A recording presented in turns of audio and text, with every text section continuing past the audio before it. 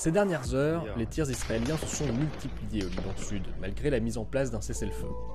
10 obus d'artillerie sont notamment tombés en périphérie de Taïbé, des tirs ont été entendus à Riam, et 3 obus d'artillerie ont été lancés sur Mesh, endommageant un supermarché. Dans le même temps, des drones israéliens continuent de survoler la zone ainsi que la Beka, et sur X, le porte-parole arabophone de l'armée israélienne, Avirai Adrahi, a publié un avis d'interdiction aux habitants des villages de la bande frontalière de rentrer chez eux et à toute personne de se rendre au sud d'une zone couvrant une dizaine de kilomètres à partir de la ligne bleue.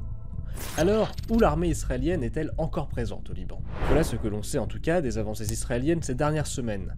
Le 13 novembre, Israël avait annoncé la deuxième phase de ses opérations au Liban Sud qui visait à atteindre la deuxième ligne de défense du Hezbollah. Des troupes israéliennes avaient même dépassé le fleuve Litani pour la première fois depuis 2000. Selon l'accord de cessez-le-feu conclu le 27 novembre, l'armée israélienne dispose de 60 jours pour retirer ses troupes du Liban en parallèle d'un déploiement de l'armée libanaise. Mais l'armée israélienne n'a pas encore annoncé d'opération de retrait et l'armée libanaise précise ne pas s'avancer dans des secteurs où l'armée israélienne se trouve encore.